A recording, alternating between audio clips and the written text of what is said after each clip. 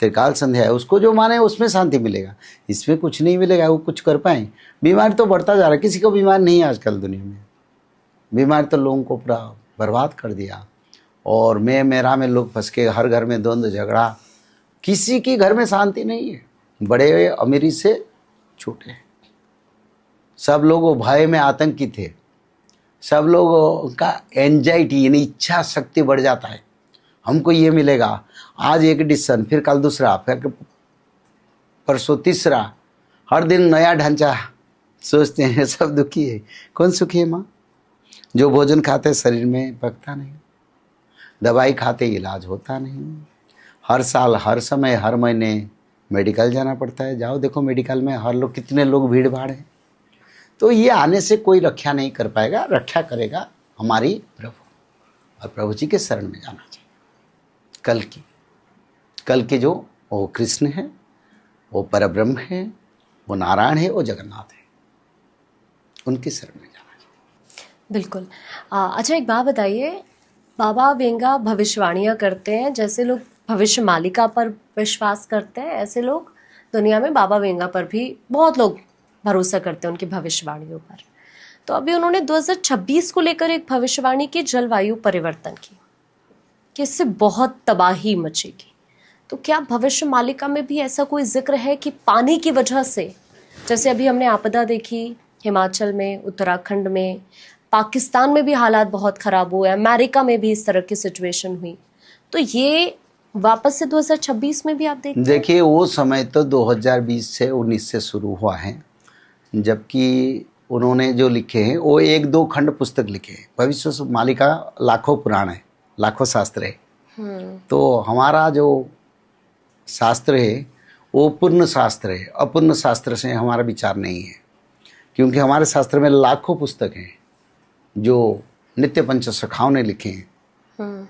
तो उस शास्त्र में सब कुछ लिखा है। वो तो जलवायु परिवर्तन का बात लिखे हैं, कहाँ कहाँ हुए होंगे वो लिखे हैं, हम बताएंगे एक एक करके, क्योंकि हमारे शास्त्र में वो लिखा है। कैसे लोग रक्षा पाएंगे उसका लिखे हैं?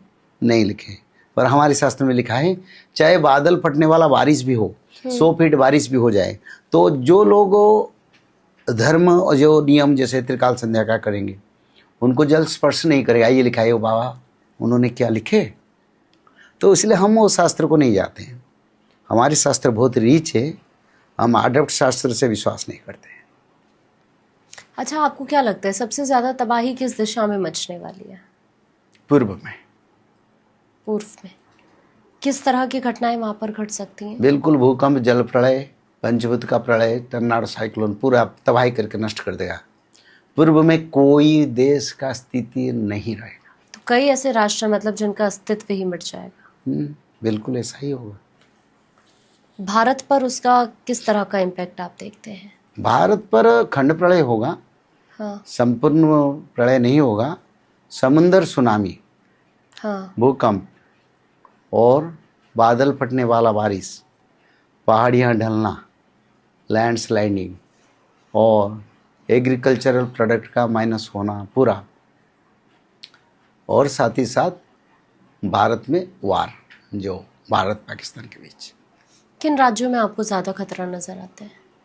जो राजस्थान, दिल्ली, हिमाचल, पंजाब, नागालैंड, सिक्किम, कोलकाता, उड़ीसा, दिल्ली पर आप कैसा खतरा देख रहे हैं?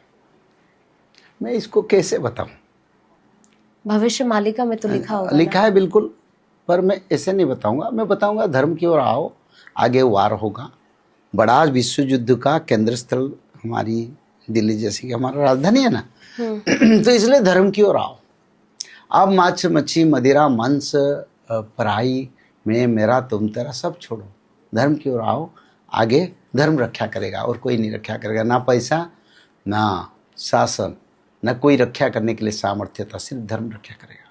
जाति भेद भूल जाओ, सब जाति को सम्मान करो, आपस में मिलो, आगे बचने के लिए प्लान करो। अरे ये तो समय आ रहा है, मनुष्य बचेगा नहीं बचेगा बड़ा समस्या, हम आपस में क्यों लड़ाई करेंगे? सब मिलके एक नवयुग का निर्माण क्यों ना करें? क्योंकि समय तो उसी हो जा रहा है। हम इस समय भगवान के सिवा और कोई नहीं रक्षा करेगा, तो इसलिए सब मिलके धर्म की ओर आओ। हर मानव में आत्मा है जो भगवान का अंश है। हाँ, मनुष्य इंद्रिय के कारण, शरीर के कारण कोई जाति धर्म वर्ण बनता है, पर सब तो भगवान का संतान है। सबका कल्याण करो, तब तो दुनिया बचेगा। अपना बारे सोचेंगे तो भगवान बोले ये तो स्वार्थी है, दुनिया को उद्धार करो।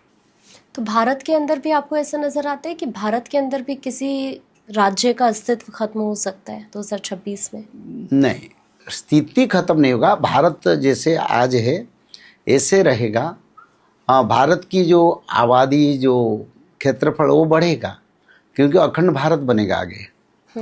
और जो विश्व के 7 महादेश हैं वो छोटे छोटे द्वीप बन जाएंगे, क्योंकि समुद्र का जलपतन वृद्धि होने के कारण वो देश सब छोटे बन जाएंगे और भारत ठीक रहेगा। अच्छा, भारत के कौन कौन सी कंट्रीज के साथ रिलेशन आगे खराब हो सकते हैं, आपको क्या नजर आता है? बिल्कुल, ये शास्त्र में हमने बताया था। हाँ। सबसे बड़ा शत्रु तुर्की बनेगा, ईरान बनेगा और अमेरिका। ये लिखा है शास्त्र में, अमेरिका हमारा कभी दोस्त नहीं है और अमेरिका विश्व युद्ध का कारण बनेगा, इसमें हमने लिखे हैं। और भारत को कुछ समय के बाद, कुछ सालों के बाद फ्रांस, जर्मन, जापान मदद करेंगे। नाटो में डिवीज़न आएगा और भारत के जो पड़ोसी कुछ भारत को विरोध करेंगे। और रसिया भारत की मित्र है, मित्र बनेगा नहीं, वो मित्र है। और जब भारत के साथ वार होगा, रसिया आके संपूर्ण मदद करेगा। अच्छा। आर्थिक दृष्टि से, भोजन की दृष्टि से, आर्मी की दृष्टि से, एडमिनिस्ट्रेशन की दृष्टि से, सभी दृष्टि से मदद करेगा, ये लिखा है।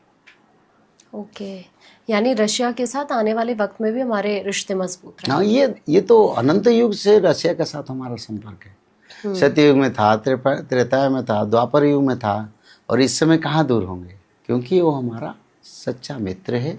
कृष्ण भगवान ने उनको द्वापर युग में वर प्रदान किए थे ताकि कलयुग में तू आके भारत का सहयोग करो। ये द्वापर युग में भगवान कृष्ण ने रशिया को वर दिए थे, जिसका आज प्रमाण मिल रहा है। ये लिखा है भविष्य मालिका में।